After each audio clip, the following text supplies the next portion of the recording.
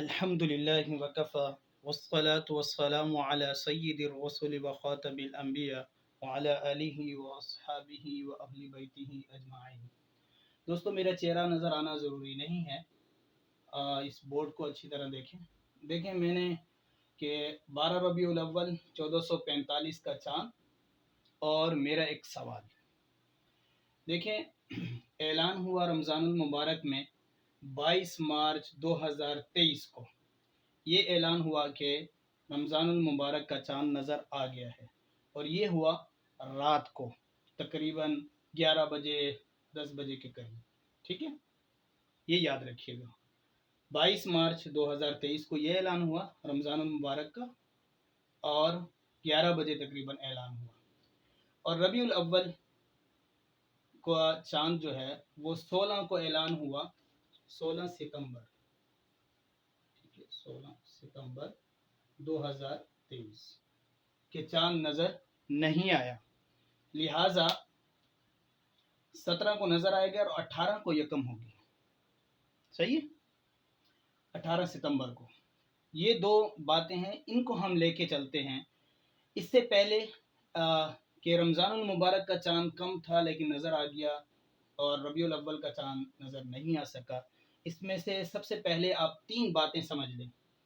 3 باتیں وہ ہیں کہ یہ ہے 10 ڈگری، یہ ہے زمین سے افق کی طرف جب ہم جائیں گے تو یہ 10 ڈگری ہے، ٹھیک ہے۔ یہ جو 10 ڈگری ہے، چاند جب اس 10 ڈگری سے اوپر نکلتا ہے تو نظر آنا شروع ہوتا ہے، ٹھیک ہے۔ تقریباً جو 7 ڈگری کا بھی 8 ڈگری پہ ہو تو تقریباً نظر نہیں آتا، چاند نظر نہیں آ سکتا، اور اگر مطلب ذرا سا بھی ابر آلود ہو تو 10 ڈگری میں بھی نہیں، 11-12 میں جا کے نظر آتا ہے، صحیح ہے۔ پہلی بات ہم یہ سمجھ گئے۔ دوسری بات ہم نے یہ سمجھنی ہے کہ یہاں سے یہاں تک یہ 10 ڈگری ہے، یعنی کہ سورج جہاں غروب ہو رہا ہے اس سے دائیں طرف اور بائیں طرف 10 ڈگری ہے، یہاں بھی دائیں طرف اور بائیں طرف 10 ڈگری ہے۔ اگر چاند آپ کا یہ 5 ڈگری سمجھ لیں، یہاں سے شروع ہوا تو درمیان 5 ڈگری ہو گیا۔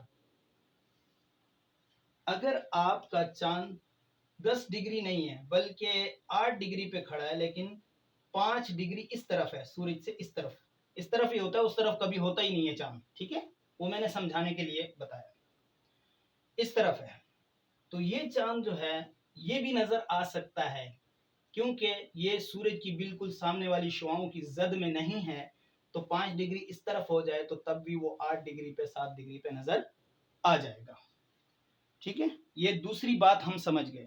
تیسری بات، سورج کا جو روشن حصہ ہوتا ہے، سورج کا جو روشن حصہ ہے وہ کتنا ہونا چاہیے تو چاند نظر آتا ہے؟ تقریباً وہ 100%، ہم چاند پورے کو بنا لیں 100، تو اس کا کم سے کم 1.5 پوائنٹ پہ ہونا چاہیے، یعنی کہ 100 میں سے 1.5، ٹھیک ہے، تب چاند جو ہے نا آپ کو نظر آ سکتا ہے، صحیح ہے۔ یہ 3 باتیں ہم سمجھ گئے۔ چوتھی بات یہ ہے کہ چاند کی عمر وہ کم از کم 1 دن ہونی چاہیے، پورا 24 گھنٹے سے اوپر ہونا چاہیے اسے، ٹھیک ہے۔ اس کی آگے ورکنگ ہے وہ میں آپ کو بات بتاؤں، صحیح ہے جی۔ یہ ہم 4 باتیں، 3 فرق سمجھ گئے اور ایک بات اور بھی ہم سمجھ گئے۔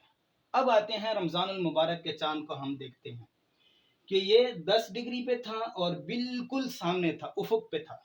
ابھی بھی آپ سافٹ ویئر کے ذریعے کسی اور چیزوں کے ذریعے تحقیق کر سکتے ہیں، اور میں نے کہا تھا، میں نے میسج جو چلایا تھا وہ یہ تھا کہ 23 مارچ 2023 کو چاند نظر آئے گا، 22 کو نظر نہیں آ سکتا۔ اس کی وجوہات بھی میں نے بیان کی تھی، وہ میرے پوری ویڈیو موجود ہے، ٹھیک ہے، میرے یوٹیوب چینل پہ آپ سرچ کریں، پوری ویڈیو آپ کو مل جائے گی، وہ میں نے جو ہے ڈالی ہے۔ یہاں چاند ہوگا تو یہ چاند کبھی بھی نظر نہیں آئے گا، وہ 8 ڈگری کا چاند تھا اور بالکل سورج کے سامنے تھا، اور ہم سمجھ چکے ہیں کہ سورج کے سامنے اگر 10 ڈگری سے کم ہو تو وہ چاند نظر نہیں آ سکتا، ٹھیک ہے، یہاں تھا۔ دوسری بات، اس کی عمر کم تھی، 1 دن سے بھی کم۔ اگر 1 دن سے کم عمر ہو تو وہ چاند نظر نہیں آتا. ٹھیک ہے. افق سے کتنا اونچا ہونا چاہیے؟ یہ افق ہے، یہاں زمین ہے، یہ افق ہے. افق سے کم از کم 10 ڈگری اونچا ہونا چاہیے. یہاں چاند کتنے ڈگری اونچا تھا رمضان المبارک میں؟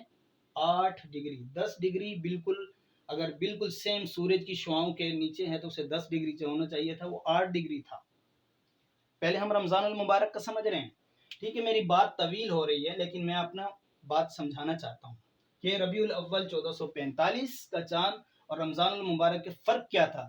پھر یہ نظر نہیں آیا اور رمضان المبارک کا چاند نظر آ گیا، کیوں؟ ٹھیک ہے. دوسری بات، افق سے یہ نیچے تھا، یعنی کہ اس لحاظ سے بھی یہ چاند نظر نہیں آنا چاہیے تھا، لیکن نظر آیا، دیکھا گیا، شہادتیں پہنچی. سورج مطلب ہے کہ روشن حصہ کتنا ہونا چاہیے؟ 1.5. یہاں تھا 0.8، یعنی کہ 7 پوائنٹ کم تھا. سمجھ آئی؟ یہ مطلب ہے کہ یہ تینوں چیزیں اس میں ایسی پائی جا رہی تھیں کہ یہ چاند نظر 22 مارچ 2023 کو نظر نہیں آ سکتا تھا، لیکن اعلان بھی ہوا، سب کچھ ہوا. غروب آفتاب کراچی میں، چونکہ میں کراچی میں ہوں اور کراچی میں میں نے حساب لگایا تو جو ہے میں نے یہ میسج بھی چلایا تھا. میرے جو ویڈیو دیکھ رہے ہیں اور جو لوگ مجھے جانتے ہیں اور جن کے پاس ہر منتھلی میرا میسج جاتا ہے، وہ لوگ اس دفعہ میسج نہیں کیا کیونکہ میں بیمار تھا اور میں نے پورا میسج نہیں بنایا، لیکن انشاءاللہ کل وہ میسج ویڈیو دونوں جائیں گے. غروب آفتاب کراچی میں کتنا تھا؟ 6:41، تقریباً 43 منٹ سمجھ لیں. ٹھیک ہے. اور غروب شمس و قمر میں فرق 35 منٹ تھا، پھر بھی یہ چاند اس کیفیت کے ساتھ نظر آ گیا. اب آتے ہیں ہم ربیع الاول کی طرف. ٹھیک ہے. یہ ہے ربیع الاول کا چاند. غروب آفتاب کراچی میں تھا 6:35 پہ. ٹھیک ہے. اس کے بعد غروب شمس و قمر میں فرق تھا 50 منٹ. یہاں کتنا ہے؟ 35، یہاں 50. مطلب یہ اس سے 15 منٹ زیادہ تھا. 15 منٹ 2 منٹ نکال دیں 48 منٹ بنتے ہیں، لیکن احتیاط ڈالیں تو 50 منٹ بنتے ہیں. ٹھیک ہے. 48 لگا لیں، پھر بھی یہ جو ہے اس سے تقریباً 13 منٹ اوپر تھا. نمبر 1 اس کی کیفیت ربیع الاول 1445 کے چاند کی.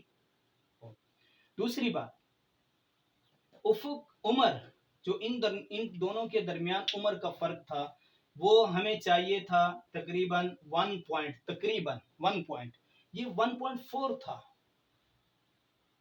اس کی عمر کتنی تھی؟ 1.4 تھی. اس کے ساتھ دوسری بات جو تھی وہ یہ تھی کہ ہمیں افق سے اسے کم از کم، اگر یہ بالکل لائن میں ہو تو یہ افق سے کتنا اونچا ہونا چاہیے؟ 10 ڈگری. اور یہ جو ربیع الاول کا چاند تھا یہ 5 ڈگری اس طرف تھا. یہ 5 ڈگری، اگر 5 ڈگری اس طرف ہوتا ہے، پہلے ہم سمجھ چکے ہیں 5 ڈگری اگر اس طرف یہاں چاند ہوتا ہے تو یہ 8 ڈگری پر بھی نظر آ سکتا ہے. صحیح. لیکن یہ چاند جو ہے، بڑی مزے کی بات ہے کہ یہ افق سے 10.9 ڈگری اوپر تھا. یہاں کھڑا تھا یہ چاند.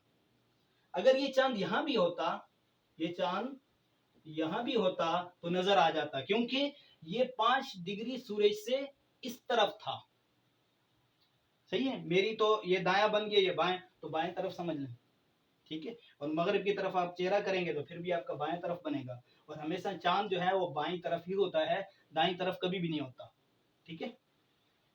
خیر، تو چاند یہاں بھی ہوتا تو نظر آتا، لیکن چاند یہاں موجود تھا تو اسے تو بدرجہ اولا نظر آنا چاہیے تھا، لیکن نہیں دکھا گیا، چاند نہیں ملا.